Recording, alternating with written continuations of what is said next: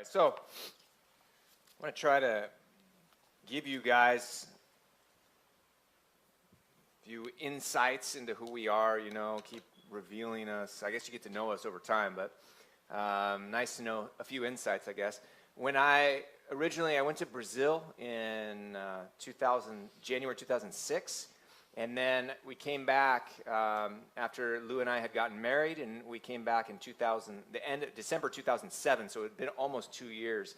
And there were quite a few people who asked me about how things were going down in Brazil, all that stuff. And several of them, they said, "Hey, man, how's your they said, how's your Spanish coming? You're probably like pretty fluent." I said, "No, my Spanish isn't doing very well." They said, "Really? You've been there for like 2 years?" I said, "Nah, I'm forgetting everything." And they said, "Really?" I said, "Yeah, but my Portuguese is doing very well." So I almost ruined that joke at the beginning, didn't I? But yeah, people actually asked us, but Brazil, we speak Portuguese, just in case anyone was confused about that. And you might hear us speaking Portuguese, and we might speak Portuguese in front of you guys. You might think that we're talking about you, and we probably are. So just be aware, we have the ability to talk about you right in front of you. So we are starting a new series here, and it's called Family and the Bible. And it is something that's very important because, one, we want to make it one of our focuses, one of our goals to reach young families for Jesus, right? And so we want to see not only young parents, but also the kids. We want to see kids coming in here. And not only young kids, but even older kids, teenagers, and everything from babies on up. We want to reach young people for Jesus. And so if we want to do that, we're going to start a series about families. So this is an opportunity for you guys to, one, learn about what the Bible says about family, but then also to invite some people in, maybe if you have some young families around you, whether it be neighbors or people at your work, or maybe even family, extended family members, that they can come on in and learn a little bit about what the Bible says, and hopefully we'll be able to encourage them and strengthen them. I think there's a couple things that are going to be really good, and I think they have some things that they can apply to their lives that will make their relationships better. So we're going to talk about every aspect of family that you can possibly imagine. We're going to try and get everything. So we're going to talk about marriage. We're going to talk about dating relationships. We're going to talk about raising kids. We're going to talk about being a grandparent. That's the easiest part, right? Talking about being a grandparent. Your job is to spoil them. That's it. But we're going to go in. We're going to talk about different aspects of this. And so hopefully we have something for everybody over the next several weeks. And I'm not sure exactly how long this is going to be. But I imagine it's going to be at least 6 or 8 weeks, maybe more. So we'll see, okay? We're going to stretch it out. And this is going to be based out of Ephesians, although we will definitely jump to other passages to take a look at these things. But we want to get Ephesians as our base text. Now, what we're going to do this morning is going to be a little bit different because we are going to jump completely out of order. And we're going to start off with the hardest part this morning. And that way, it's not there when you invite your friends and your neighbors and your coworkers, and they don't have to be like, "Wow, that's kind of weird." This morning, we're going to talk about disciplining your children, okay? Ephesians chapter 6, verse 4. Take a look. It says this, "And you, fathers, do not provoke your children to wrath, but bring them up in the training and admonition of the Lord." Right? Very simple. Do not provoke your children to wrath. Some of you children, amen, right? And then it says, but bring them up in the training and admonition of the Lord. So we want to talk about what this means. I'm going to focus in on the second half, and then we'll come back to the first part about provoking your children in one of the next weeks, okay? And we have a whole series of things that we can talk about, ways that you can provoke your children to wrath that you don't want to follow, right? But today we're going to talk about more the second half. It says, bring them up in the training and admonition of the Lord, okay? When he talks about bringing up your children, it talks about raising your kids, right? Bringing them up from when they're little and teaching them the way they're supposed to go until they are an adult. And as you go through, he talks about two different things here. He talks about training and admonition. Admonition is not a word that we use very often in today's society, right? So you're like, what does that word mean? And then we talk about training, which we might have all sorts of ideas about training because we talk about like training is physical training. We also talk about training like training your minds. There's all sorts of ways that you can train somebody. So what does this actually mean? Okay. Well, I want to start off actually talking about at the very beginning of the verse. It says, and you fathers. This word for fathers could refer to literal dads, but it also could be talking to parents in general in the Greek. So it's not just for fathers in here, but it's actually fathers and mothers, right? Anyone who would be raising a child. So I just want to make sure that context is clear. But then he says, bring them up in a training and admonition. The word training talks about training, but it also talks about chastising in the Greek. Chastising. What is chastising? Chastising talks about physical discipline of our kids, right? What we would call spanking, right? Now, this was always funny down in Brazil because the word spank in Portuguese, spancar, is to beat. And so you couldn't say, hey, you guys need to spank your kids because that means beat your kids. And right, we're not condoning any beating of anybody, especially kids, right? So that was always a delicate issue there. We had used the word disciplining. You had to physically discipline. I probably will say that a bunch today too. How do we physically discipline our kids in the right way? Now, we also have the word admonition. And the word admonition talks about teaching or guiding your kids to the right path by using encouragement or exhortation or rebuke or, oh shoot, I forgot the last word, or shame. So all sorts of ways to guide them down the right path. So very interesting.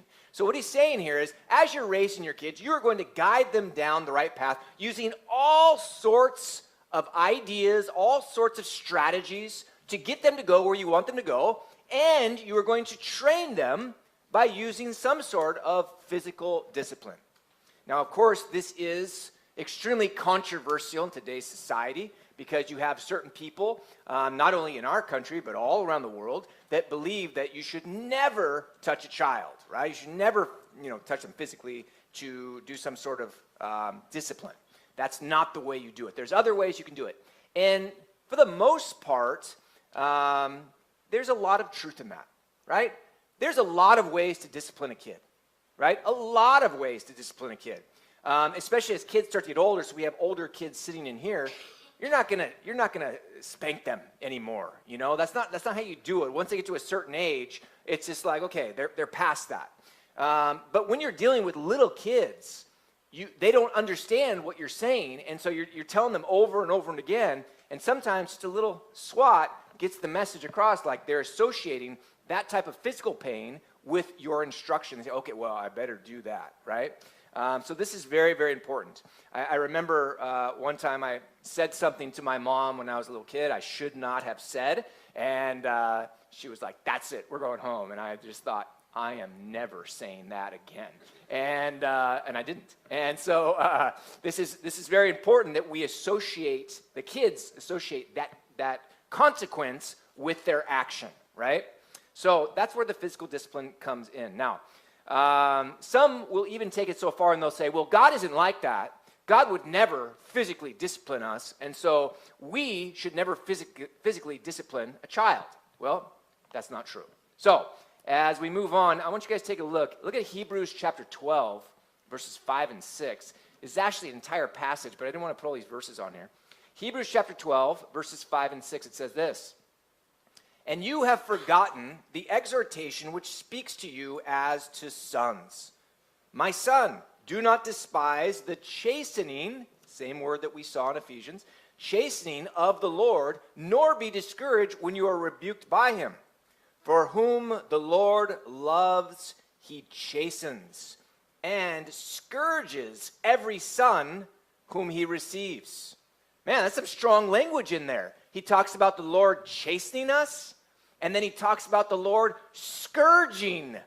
Scourging, that's a really strong word. That's what Jesus had when he was arrested and brought to the Romans. They scourged him. They had this whip. They call it the cat of nine tails, right? It was a whip that went down and had little ends. And they would put little things in that, sometimes pieces of metal, shards of glass, sometimes bone. And they would whip him with it so that it would really grab a hold of that flesh and cut it open.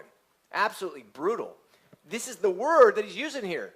That the Lord, God, will scourge every son whom he receives.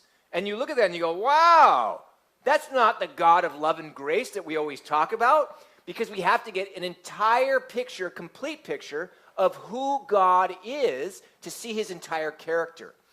Out of love, he continues to discipline us and scourge us so that we learn the lessons and don't continue to make the same mistakes over and over again, right? I don't know if you guys have ever had this where you had something that came upon you and you just thought, wow, that's from the Lord. I think I'm not supposed to do that again, right? It's the same thing same situation I had with my mom. I said something I shouldn't have said, and we went home, and it wasn't pretty, right? Now, God sometimes will do that with us to get our attention. Sometimes he's going to actually bring something on you and just say, hey, done. And then you're like, okay, wow, let's pay attention right here, right? So God actually does this. Now I want to jump down just a few more verses because God says something more in verse 11. Hebrews 12, same passage, verse 11. It says, now, no chastening seems to be joyful for the present, but painful. Nevertheless, afterward, it yields the peaceable fruit of righteousness to those who have been trained by it. So what happens? You get disciplined. It doesn't feel good. But then afterwards, you grow because of that discipline, and then you start to see the fruit of righteousness being produced in your life because you were trained by the discipline, right? This principle that is applied to us by God is the same thing that we as parents are going to apply to our kids, right? We are going to give them some sort of chastening, not always physically, but sometimes, and we are going to allow that chastening to discipline them and train them in the ways of righteousness so that they follow the paths of God, right? Now, this is so important because the Proverbs talk about this over and over again, okay? Now, Proverbs might be my favorite book in the entire Bible. I don't know if you guys have read it. Don't show your hands, right? But I just want you to think about this. Have you read the entire book of Proverbs, right? If you have not, I'm going to give you a little secret that someone told me when I was in Bible college. There are 30 or 31 days in a month, typically. And there are 31 chapters in the Proverbs. So God prepared it so you would have one chapter per day during the month. It's fantastic, right? And so I started doing that. Every night before I'd go to bed, I sat down in Bible college, and I would read one chapter, whatever day it was. Okay, today's 14th, I'm going to read chapter 14. Oh, today's 26th, I'm going to read the 26th. And I would go through and I would read through it. I would kind of meditate on a couple of them that really hit home. And then I would pray about those that really spoke to me. And then I would go to bed. And I would literally do it right before I lay down. And then I had a little light next to my bed. I'd turn my light off, lay down, go to bed. I felt that I got smarter, wiser, and more knowledgeable at the end of a few months doing that.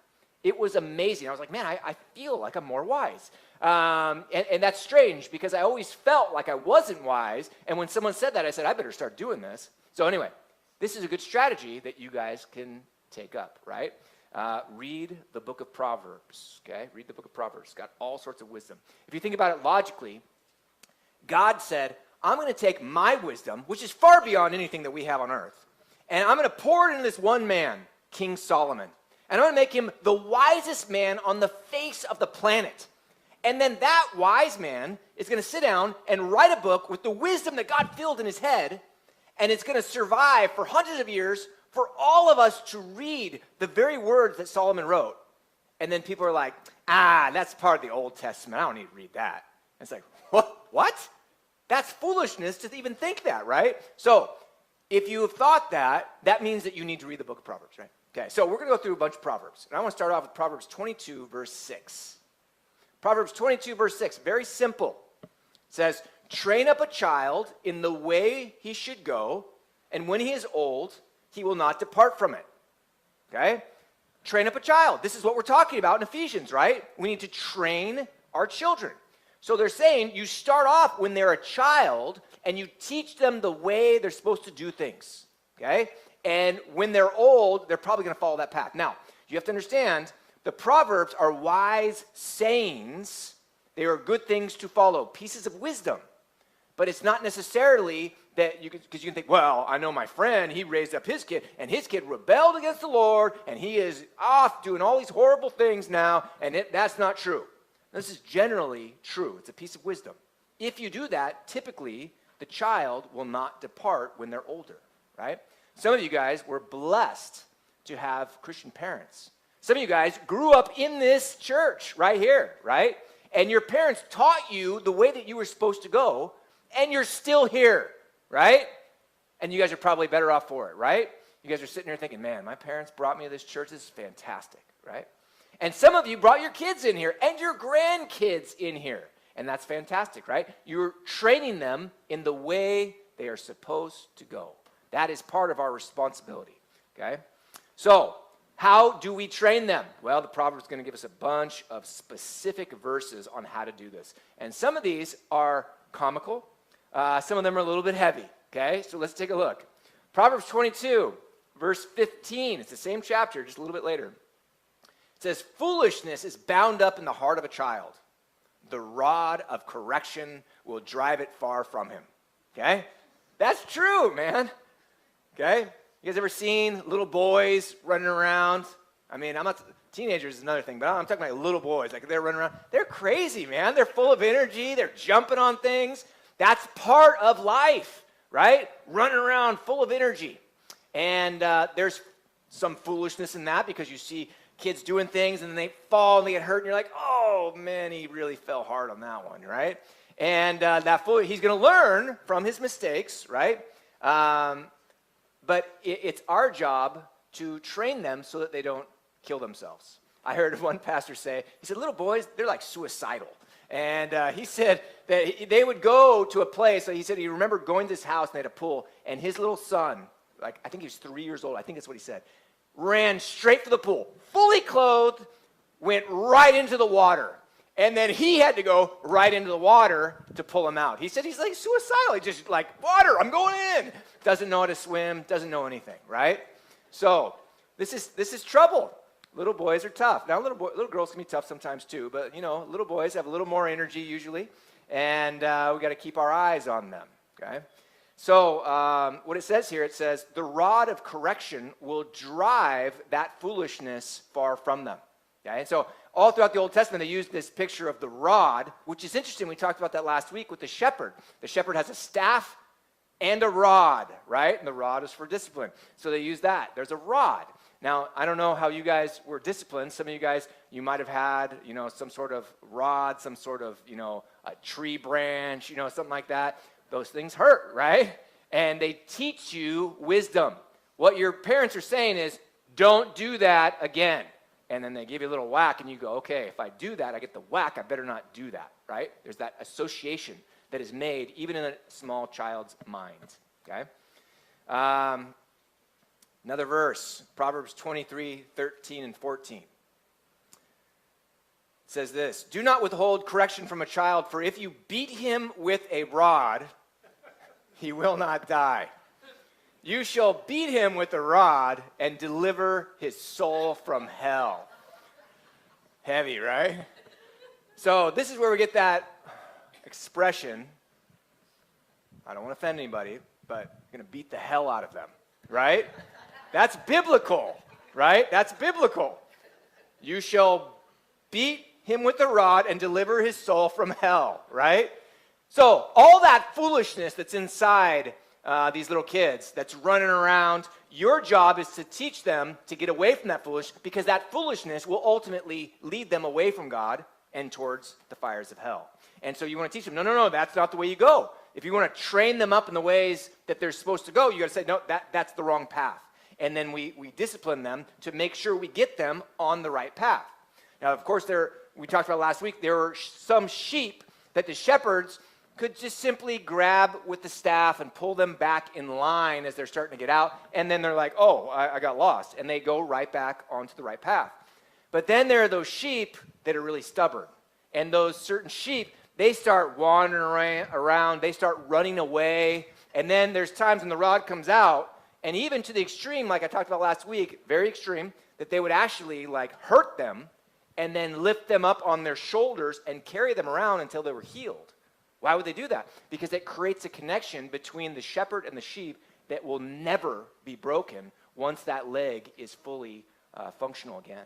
So, the same thing, we are trying to draw our children into us, right? We are trying to discipline them. Now, what I've seen, and part of the reason why we're starting off with this today, the very first thing is discipline your kids, is because I want to make sure I say this stuff as fast as I can once we got here in Oklahoma. That way, I don't know you guys and your kids at all. And so no one can say, well, he was trying to speak a message to me. He was using his pulpit just to speak to me. I don't know your kids. I'm not doing that. So I want to get out the truth here, and then no one can accuse me of anything, and then we can hopefully walk together. But one of the things I've seen, and I saw it a little bit in Brazil, I saw it quite a bit in California, is that there's kind of this laissez-faire attitude with parenting. Like, let them go. They're fine. I got friends that do this. No, they're fine. Leave them. And it's like, your kid's not fine, man. He's playing with the electrical outlet. Like, get him out of there, you know? So this is not the way we do it. And I heard a lot of this too. Boys will be boys. The kid's like, got a headlock and he's like pounding on this other little boy. Boys will be boys. No, that's not okay. That's foolishness bound up in the heart of a child. I heard one preacher say, what's the difference between a small boy and a terrorist? Size. That's it. Just size. So we have to be careful. You can't just let boys are going to have more energy. And boys are going to have outdoor voices when they should be using their indoor voices, right? Boys will want to touch everything, right? They want to touch everything. It's like, don't touch them. They're like, no, I need to touch, calm down. Okay, that's boy being boy, right? But like hitting other kids and, hurting other people, that's not acceptable, right? So we need to make sure that we are using the rod correctly to teach them the ways that they are supposed to go. All right.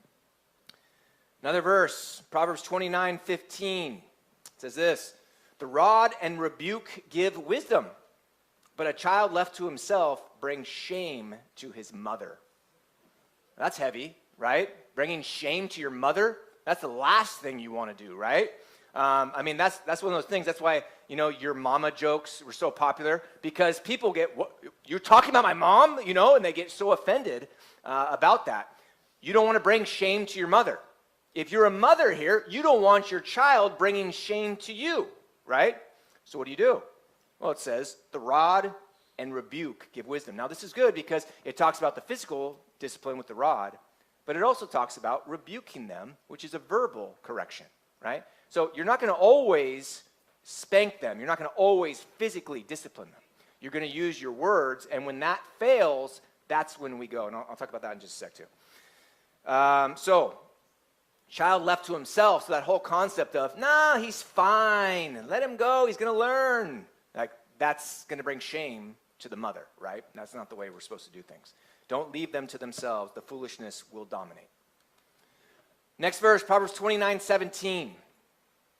Proverbs 29:17, it says this, correct your son, and he will give you rest. Yes, he will give delight to your soul. Man, doesn't that sound good? Delight to your soul. How do you get that? Correct your children, right? Correct your son.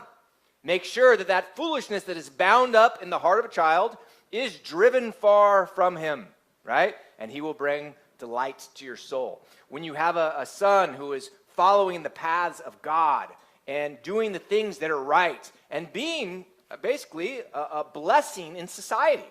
He's out, he's working, he's paying his bills, he is treating people with respect, he's serving the Lord. Man, that is going to bless your soul more than anything that you can possibly imagine. So how do you get that? Well, you got to correct your kids. Okay? You got to correct them. Now, we'll talk about this one of the other weeks. There is a point where you correct too much, where you're like micromanaging everything they do. And so we want to find the balance in that. But if you're never correcting them, there's something wrong, right? Next verse, only two more. Proverbs 13, verse 24. Proverbs 13, verse 24. He who spares his rod hates his son, but he who loves him disciplines him promptly. Okay? So, two interesting aspects here that it talks about with discipline. It talks about sparing your rod, right? If you spare your rod, you hate your son. Okay? That's heavy. It means that if you're not disciplining them, you're not loving them the way that God wants you to. It's heavy. All those parents who are like, nah, they're fine, let them go out, let them do their thing. It's one thing to go outside and play, right? It's another thing to never discipline them. In the Bible, we see a story of this because it said that David, King David, the righteous king, he was awesome. Warrior for God, amazing king over the people, but he didn't discipline his children the way he was supposed to. And what it said is that he never told Absalom yes or no. He never corrected him in any way. And what happened? Absalom rose up and ended up turning against him and actually causing a giant rebellion against King David to the point where he and all his officials had to flee the city. How would that have been avoided? If he just would have disciplined him. He needs to discipline the guy, right? I mean, the guy went out, killed his brother. David said nothing to him. Okay, that's time for a little sit down, right? When you kill the brother, it's like, all right, let's sit down, son. We got to talk, right? That's not the way you act. So this is something that's very important. Now, it also talks about if you love them, you discipline them promptly. So it's tough that you can't discipline him next week for something that he did. One, if your kid's small enough, they're not even going to remember what they did, okay? But make sure that there is a certain timeliness in your discipline. If they're doing something wrong, you need to actually address that at some point in the next, hour or so. You got to get there. Now, sometimes dads have trouble with this because maybe dad's at work and then mom gives that ever fearful threat, wait till your father gets home, right? We didn't have that so much because I was around a little more than most being a pastor. But I told the children's ministry workers when my kids were little, I said, if you have any problem, you just tell them, I will tell your dad if you don't get back in seat. And I told my kids, hey, if you cause trouble here, you're going to come home and you're going to get disciplined, right? So they knew what was coming if they were out of line, and they did very well. Okay, so don't spare your rod if you actually love your children, right? And I believe that you guys do love your children. And he says, if you love them, discipline them promptly, or as promptly as you possibly can, right? Last verse, Proverbs 19:18. Another great verse. It says, chasten your son while there is hope, and do not set your heart on his destruction. So this goes to another extreme, right? And this is good because we want to address all the extremes. He says you want to chasten him while there's still hope, right? Because once they get to a certain point, they don't listen anymore. You get adult children, what are you going to do? Discipline them? That's like, come on, they're adults. They're on their own. Now your job is done. So you only have a certain amount of years to discipline your kids, and it's got to start when they're really young, of course, so you get them on the right path. But once they get to a teenager, it starts getting very difficult, and then once they get out of the home, there's no more discipline. So you've lost hope at that point. Discipline them while you still have hope. Discipline them while they're young, right? But he also says, do not set your heart on his destruction, right? So this is really good because we're not here to destroy the kid. We're just here to discipline them and get them back on path, right?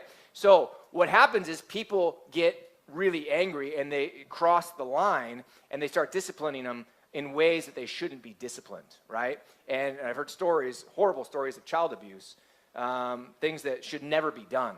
My mother-in-law, who passed away in 2020, she was all her kids. Like she was one of 12 kids, right, down in Brazil. And her mom would be locked up in jail if it was today.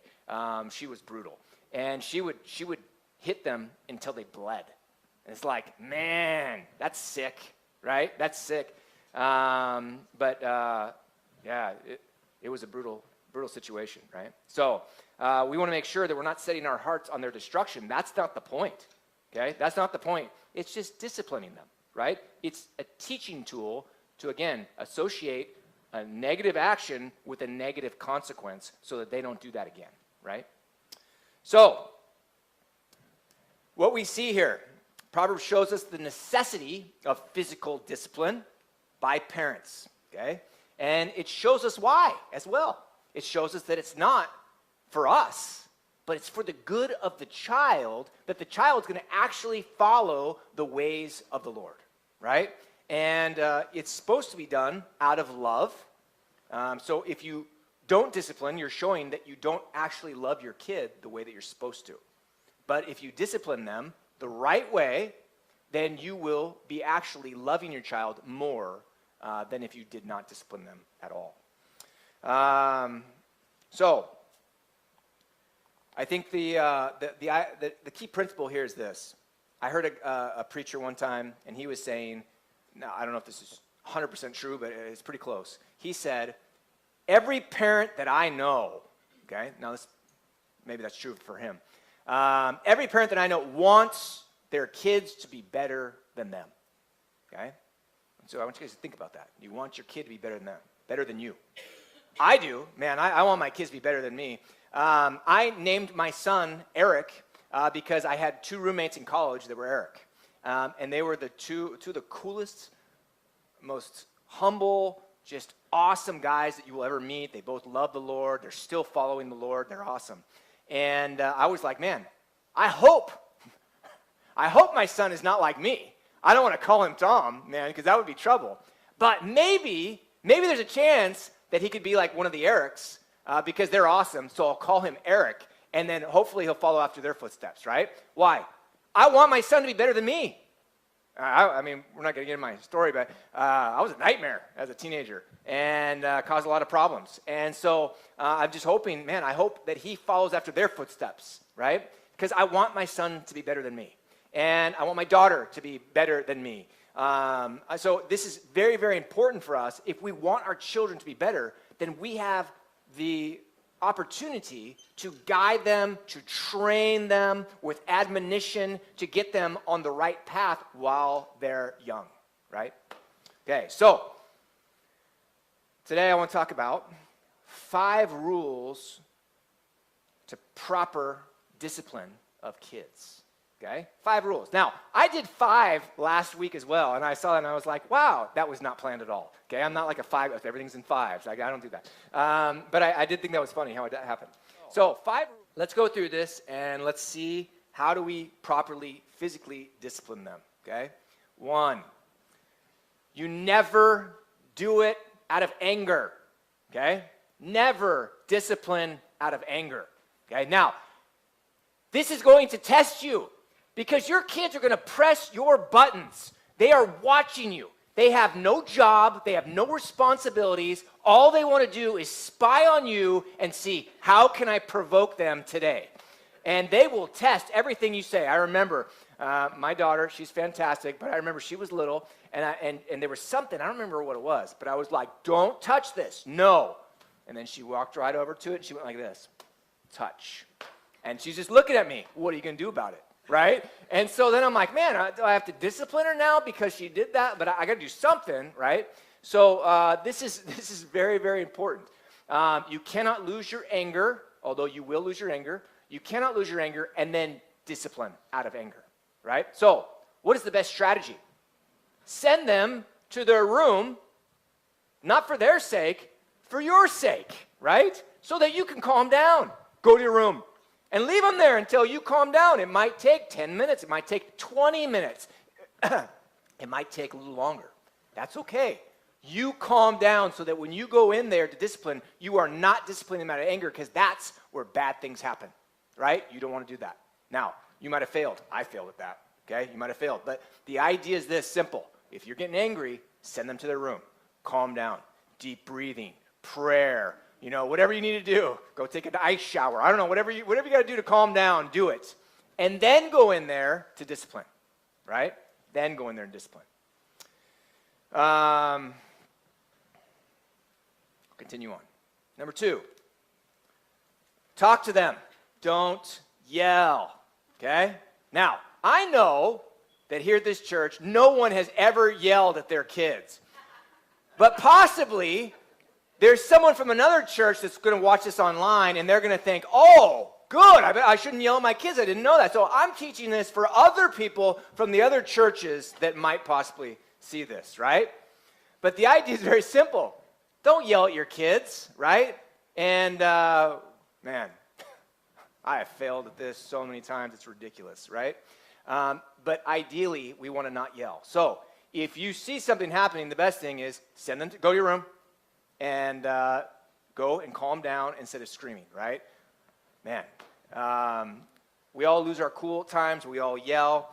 But what you want to do is you want to sit down and you want to be able to talk to your child very calmly and rationally to explain to them that their behavior is not the way it's supposed to be, right? And if you're screaming at them, then you might scare them and you might intimidate them, and that's not what you want. And they might not even listen to the message. They might miss the message because of your screaming. And like I said, we're all probably guilty of that. I definitely am. And we just don't want to raise our voices if possible. So there's times when I'm calm and I'm like, all right, hey, what are you doing? Don't do that. Oh, sorry. Okay, yeah. Put it away, please. Okay. And there's other times when I'm like, what are you doing? And then I'm like, oh, God, now I'm yelling.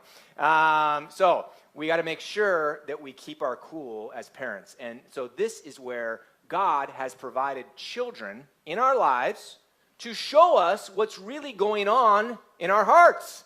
Our hearts are not right with God. We think, oh, I'm the adult. I know what's going on here. No, we're a mess. And the kids are just bringing that all out. And so it's an idea the Lord is using them to discipline us and chasten us. And then we're trying to hopefully discipline them and chasten them. And so we're working together the process of sanctification, right? As iron sharpens iron, so one man sharpens another. That's what's going on. We get as iron sharpens iron, so our kids sharpen us, right?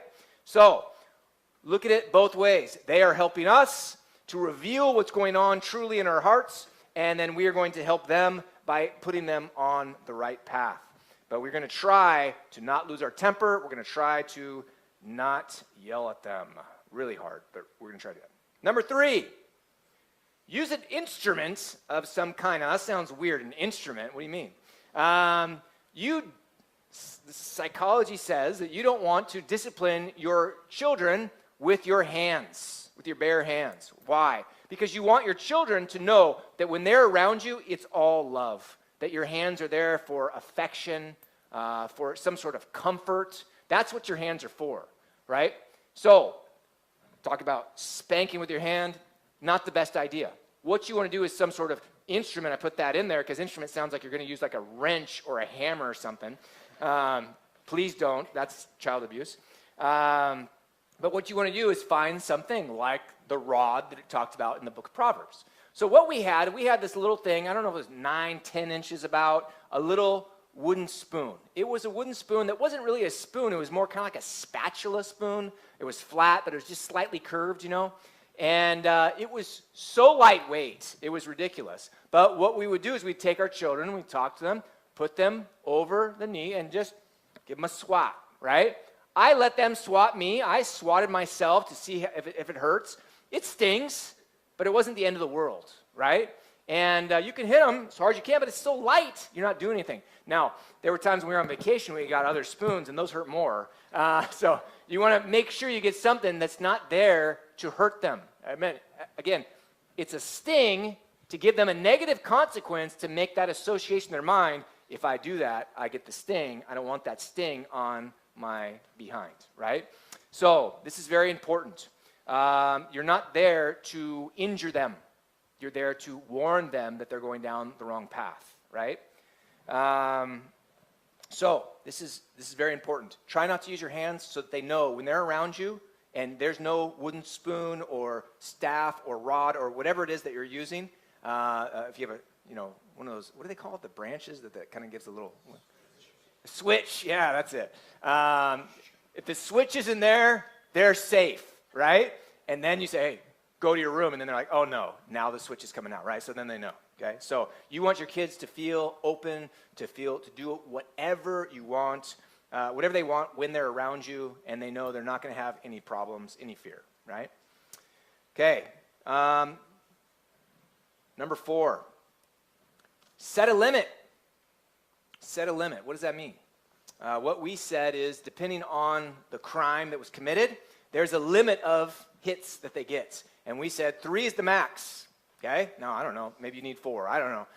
It depends on the kid. But our kids, 3 is the max. So if they did something that was just, that's it, like you have done something horrible, 3 hits is the max that they're going to get. 3 little swats, bah, bah, bah. That's it. It's going to sting a little more. A little red mark on their little cheek. That's it, okay? We're not leaving permanent marks. We're not trying to do it. We're just trying to send a message. You're not going the right way. Pay attention, right? Now, most of them were just one little swat. Just, hey, pow, ah. And as they start getting older, and then they're like, well, it didn't even really hurt. And I was like, don't say that to me. You're going to get another one, right? But this is very important. You want to set a limit. Why? So that you're not going in there in rage and anger and just wailing on everything in front of you. That's where child abuse happens, right? Send them to their room calmly.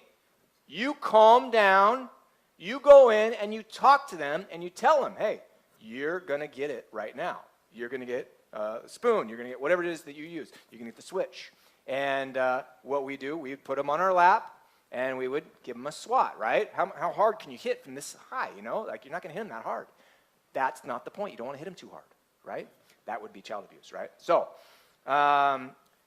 set the limit, and every kid's going to be different, right? Every kid's going to be different. So there are certain kids that they just come out of the womb obedient, and they're amazing. And you're like, wow, like this kid, I barely have to raise my voice with them.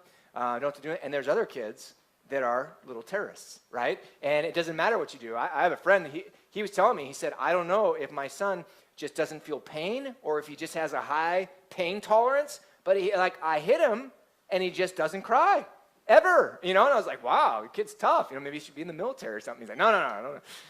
But this is kind of interesting. So each kid's different. So I was hearing a story. There was a pastor who was telling a story about his kids. He had 2 kids at the time, and he said he has his oldest daughter, and then his youngest was a son. His son was just a terror, and he's running around screaming, and he's just constantly having to correct him. His oldest daughter, perfect, right? She did everything right.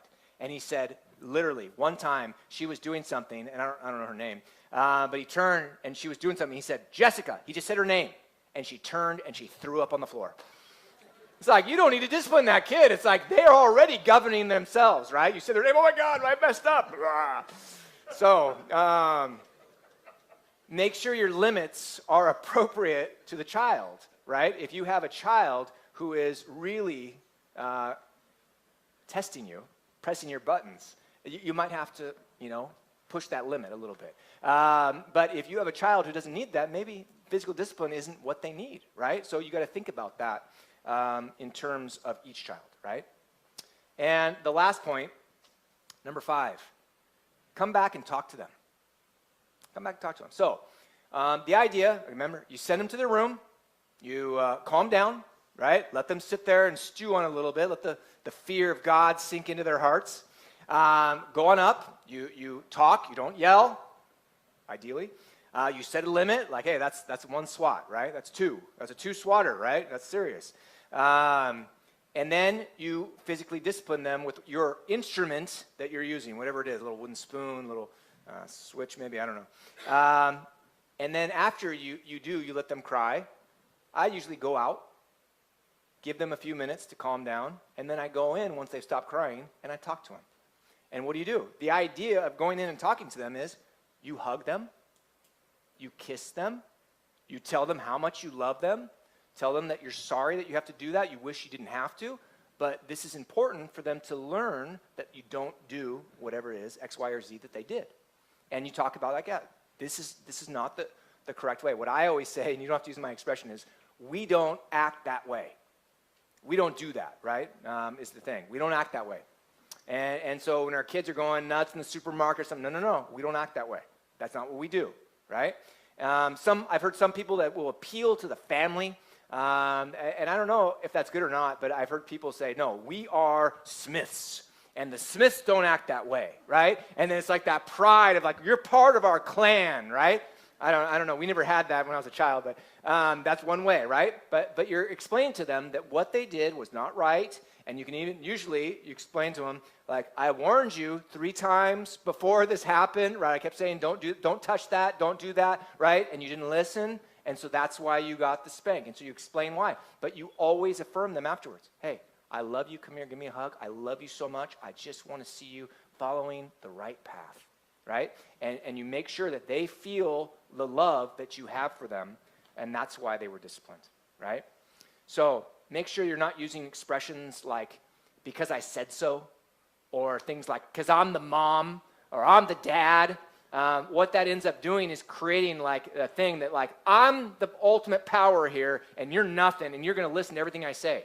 I had that a little bit when I was growing up, and I swore, I was like, when I'm a parent, I'm going to always try to answer the questions and explain what's going on, explain why. Now, there's times they ask me questions, well, why about this? And I'm like, I don't know. I really don't know. But most of the time, you have an explanation. Well, it's because we have to go here, and then we have to do this, and then we can go do the thing you want to do. So, sorry, this is how it goes. So, try to explain things. Now, some kids, they don't ask, they don't care. But other kids, they ask a lot of questions. So, try to explain it to them. This is what we're doing. This is why, right? Give them reasons behind everything. Don't just quote, obey your mother and father in the Lord, because that's right. You know, don't just quote that, although you can show them that. But give them other verses in the Bible why we do these things, okay? Now, another point that I want to make that's not on here that's very important is you never, never, never discipline babies, right? Never, okay? Babies are babies. They don't know what's going on. They're crying because they're hungry. They're crying because they're tired or because they're scared. You never, never physically discipline a baby. Okay, I just want to make sure that's clear. But where does that begin, the point where they're no longer a baby and now all of a sudden they're a toddler? Where does that line start? I don't know. It's going to be a case-by-case basis. Well, we had a friend who was a pastor and his wife. We were talking to them, and the wife said, well, if they're old enough to do the exact opposite of what I just told them to do, then they're old enough to get disciplined, right? And I was like, that makes sense, right? When you're like, don't touch that, and they're like, oh, yeah? And then they touch it. Then they're able to get disciplined. Now, again, touching, I'm not going to physically discipline somebody for doing that, right? That's going to be a timeout. You're going to sit here. First time we disciplined Sarah, oh, man, it was horrible. I was like, sit here on the stair. She's like, no. And I'm like, no, sit here on the stair. No. Sit here on the stair. No. And I'm like, man, what's going on? And you got to stick with it. You got to keep going. You got to keep it. And then finally, I said, no, you need to stay. And finally, she stayed. It took many times. But then she got it. The next time, I was like, go sit on the stair. And then she went and sat on the stair. I was like, okay, she learned, right? So this is very, very important that we stick with it and we understand, okay, now she's old enough to do exactly what I told her not to do. She's old enough to get some form of discipline, right? Now, again, that doesn't necessarily mean physical discipline at that point. And so you guys can kind of decide, especially as a couple, if you guys have that opportunity to sit down, husband and wife, and say, okay, when are we going to physically discipline? What's the point that they cross that we say, okay, now's the time, right? But this is something that's very important that you guys be on the same page and start working towards that. Now, there are some times when the man's like, okay, they're going to get spanking, and the mom's like, no, and the mom's trying to defend the kids, and that's something you guys got to work through. You cannot be protecting your kids. Now, of course, the husband's beating the kids. That's a whole other scenario. But if the dad's saying, no, we want to do what the Bible says, and I'm just going to give him one swat, and no, we can't do that, and start trying to protect the kids against the dad, then that's going to create division in the family. The kids are going to know that. The kids are going to sense that, and they're going to start moving towards the mom every time, and that's not what you're doing. You are a team, and you are working to discipline your kids together, right? Together. So you guys need to sit down, you need to talk about this, make sure the rules are very clear, and show those rules to the kids. But once they get about 18 months, then it's going. And then when do you stop? I don't know. I don't remember the last time Sarah got a spanking. It's been a while. So we don't do that anymore. She's 12. I'm like, that's the line, right? For us, we're like, she's done, right? So once they get older, we're going to do another message on that, like how do you discipline them. There's all sorts of ways to discipline them, and you don't have to get physical with them at all, right? So that's great. all kids have something that they love, right? You know what they love. That's where you take advantage of the situation, right? All right, so, no, it went longer than I thought. Sorry about that. So, Ephesians 6:4, raise them up in the training and admonition of the Lord. We want to put our kids on the right path. How do we do that? Well, sometimes you're going to have to physically discipline. Not all the time, just sometimes, and only in certain ages, right? But don't wait too long, because if your kid's 6 years old and they've never been spanked, they're probably missing out on all those years of correction. So we want to make sure that we are taking care of this. Again, I don't know how you guys discipline your kids. But one thing I don't want to see is kids running around beating up other kids in the church, and I'm sitting there going, where are the parents of this kid? Like, why aren't they watching their kid? We've had that, right? When I did this message, or a message similar to this, down in Brazil, I knew everybody in the church. And so then it was like, oh, hey, he's talking to you. Are you paying attention? You know? Yeah, that's not what we're doing here, okay? So we are going to continue this series. I want you guys to think about who you can bring. Maybe there's some families, some young families around you that would really benefit from learning about what the Bible has to say about family. This is something that's very important. Families are under attack in our country today, and we got to make sure that we are doing what we can to raise up and train strong families, and that our church is full of strong families, and maybe we can start to reach other families and pull them into our strong families here, right? Let me pray. Father, thank you so much for a beautiful morning and for everyone who's here. And we just ask that you would take these lessons and you would put them into our hearts, whether it be people who have small children or maybe people who are going to have small children in the future. This is a great opportunity for them to be prepared before they even have it.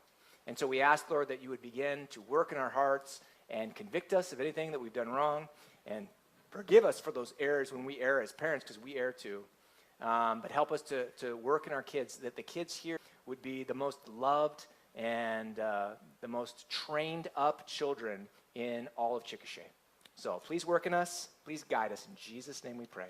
Amen.